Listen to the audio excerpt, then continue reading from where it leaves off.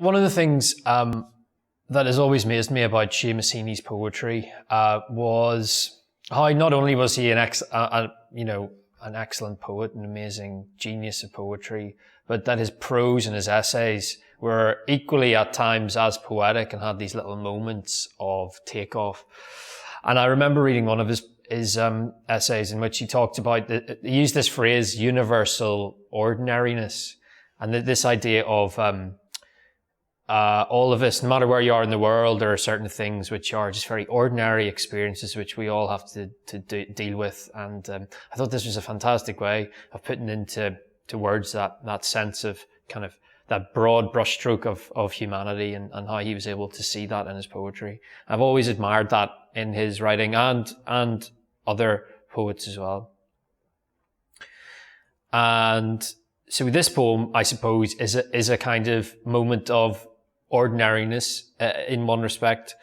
What could be more ordinary than a flock of starlings, swooping, and we've all seen it, driving in the car, sitting in your living room. But at the same time, there's something quite magnificent about it as well. And I think that those ordinary moments are sometimes charged with something else.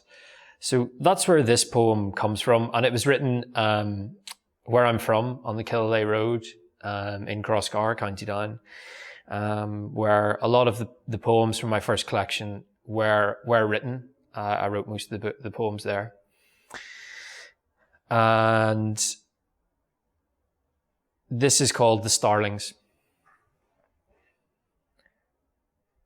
Everything, relatively speaking, is simple.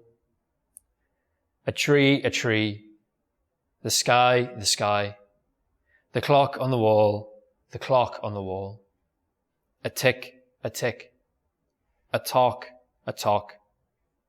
time.